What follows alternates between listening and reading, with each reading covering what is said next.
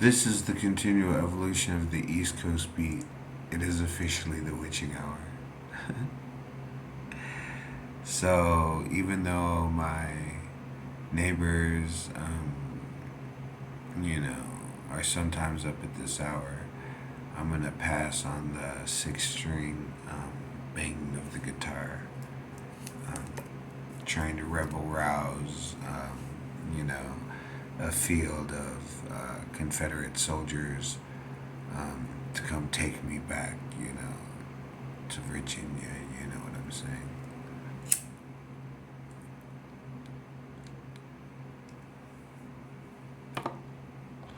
Why Virginia? Why Virginia? You know, um,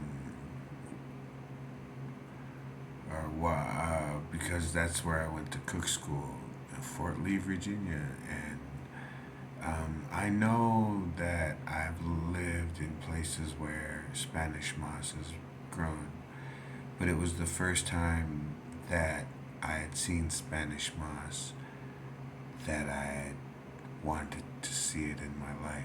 You know, I remember I went to Cypress Elementary School, and they had a collection of books, and for 1 hour or so much amount of time, we were able to choose to do a number of activities.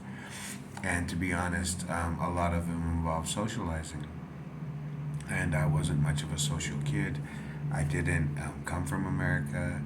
English wasn't my most comfortable language, but neither was where I came from, So I was learning, and it was easier for me to learn the language by reading the books than it was sitting in class and slowly putting together what an airplane pilot is.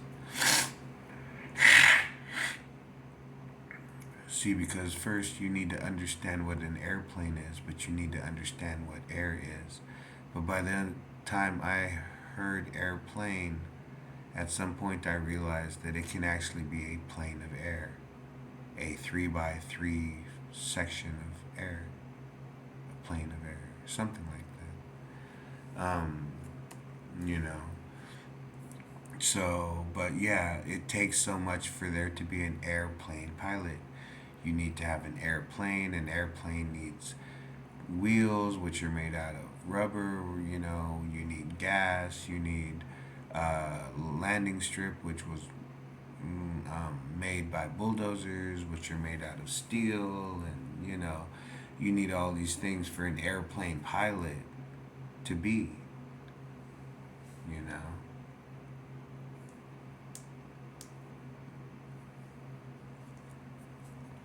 So why Virginia? Why Virginia? Because when I was 18 years old, I was baking in the Virginia heat.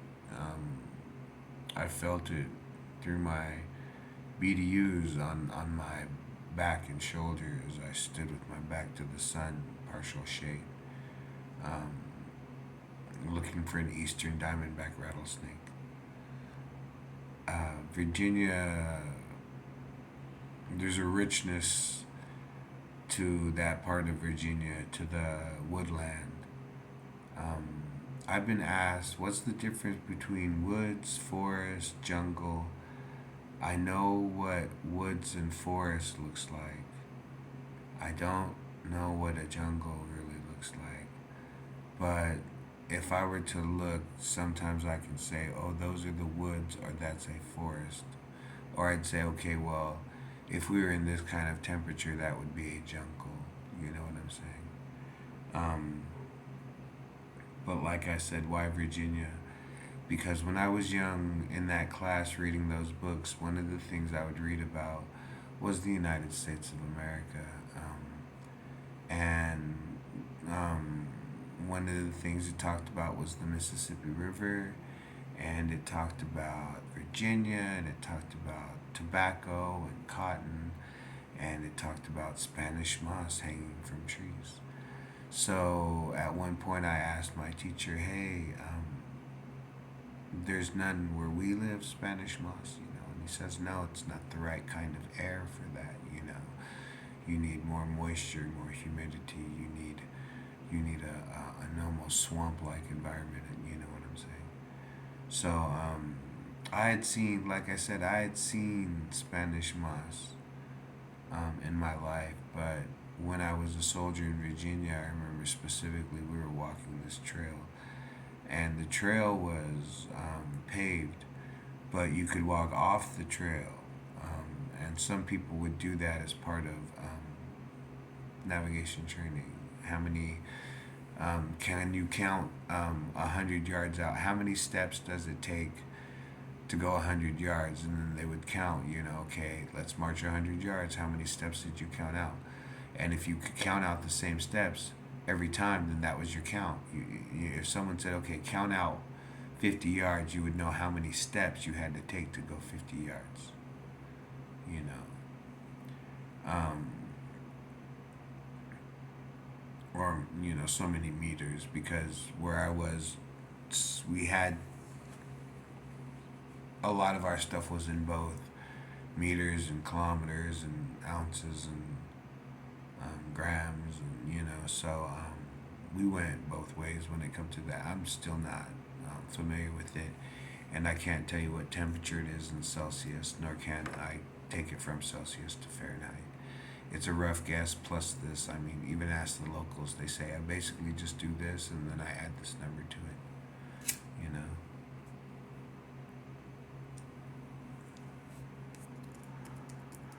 And is it close enough? I mean, if somebody said it was nice that day, if somebody told you, oh, it's gonna be sunny and warm, and you figured for a sunny warm day, you would have a nice sunny warm day. If somebody said it's gonna be it's gonna be freezing cold and raining, then you would dress appropriately and you would have a good day for a freezing cold raining day.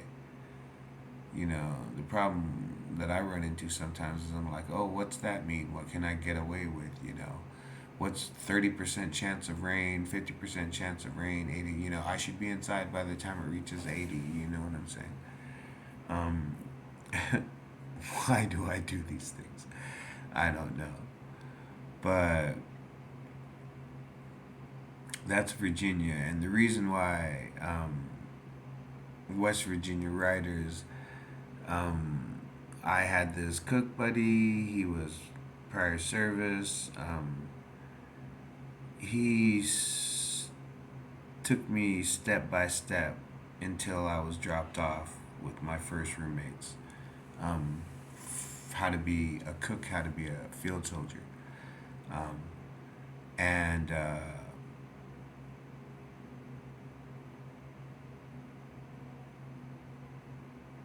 We met in Virginia and we ended up in Germany together. So a lot of those memories that I have of us when we clicked up, you know what I'm saying? Like five of us, four white guys and me, from New Jersey, from South Carolina, from Massachusetts, and I was from California. So, we clicked up and we would go to Virginia Beach together and we would go to DC together and we'd go to the mall and fucking buy coffee together and, buy CDs and switch CDs with each other. That was my group, And I got stationed with one of them. So it kind of meant something, you know what I'm saying? And the one I got stationed with was actually the one that I was probably tighter to because he was the one that introduced me to them, you know what I'm saying? So we end up in Germany together.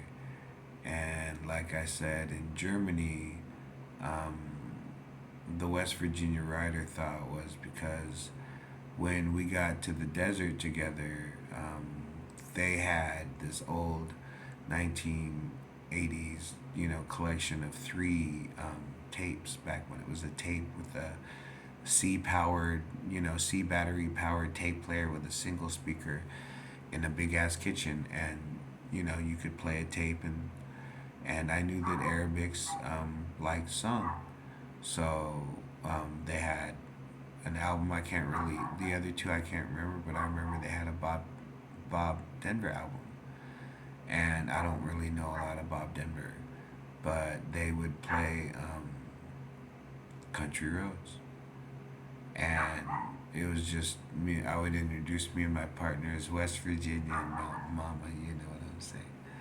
And I mean, what can I say? Uh,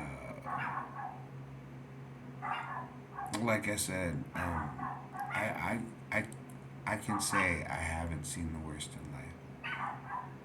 I can say I haven't seen the worst in life because I know that others have, and I know that um, they either knew that going into it or continued to suffer that so that others would not. I do understand that. Like sometimes if I ever get mad and start yelling, because I feel righteous or I feel that I don't have enough of something to be satisfied and that I somehow deserve more just for simply being, you know. But yes, I do feel at times that as a soldier, the reality was I knew like I could lose my leg today, I could lose my arm today, I could get a hole in my chest, I could be breathing out of a fucking tube for the rest of my life. You know what I'm saying? There were days that was my reality. Um, or at least that's the reality that I lived in. I don't want to get into any argument, with some combat veteran that kicked in a door and no, bro, I never did that. Like I said, I never even loaded a rifle with rounds while I was in the desert. Not even to qualify. I wasn't there that long. So, what can I say? Uh, Virginia, West Virginia riders. I mean, my partner would tell me about some of the things that um, units would do, and like the concept of the West Virginia rider is that you would take a ranger type police officer, someone that had range over multiple counties, multiple, almost like a federal level marshal. But back in the old days when they would have like a Texas Ranger that could go 500 miles, he could chase anybody to bring him back to Texas. So imagine the West Virginia rider is kind of like a ranger or a federal marshal type that was sent out from West Virginia, which I've heard is where coal mines are. And I heard it's a very hard life. And so one of their daughters had ended up in Arizona in bad company. So they sent a West Virginia rider to go find her. And he was a small town, raised to obey the law. And when he got out past the wire of civilization and had to somehow find this one thing among all, you know, that was outside of the Mason Dixon line, you know what I'm saying? Um, he lost his mind. He had to come to the comprehension that is this what man is? Am I man? Am I a representative of what could be average, or am I at fault? Am I above? Am I below? Am I slow? Am I too quick? Am I too fast to judge? Am I actually doing this all right the whole time, and all I'm doing is just experiencing this life and adding a little bit of commentary, whenever I feel appropriate or whenever I can come up with something to say.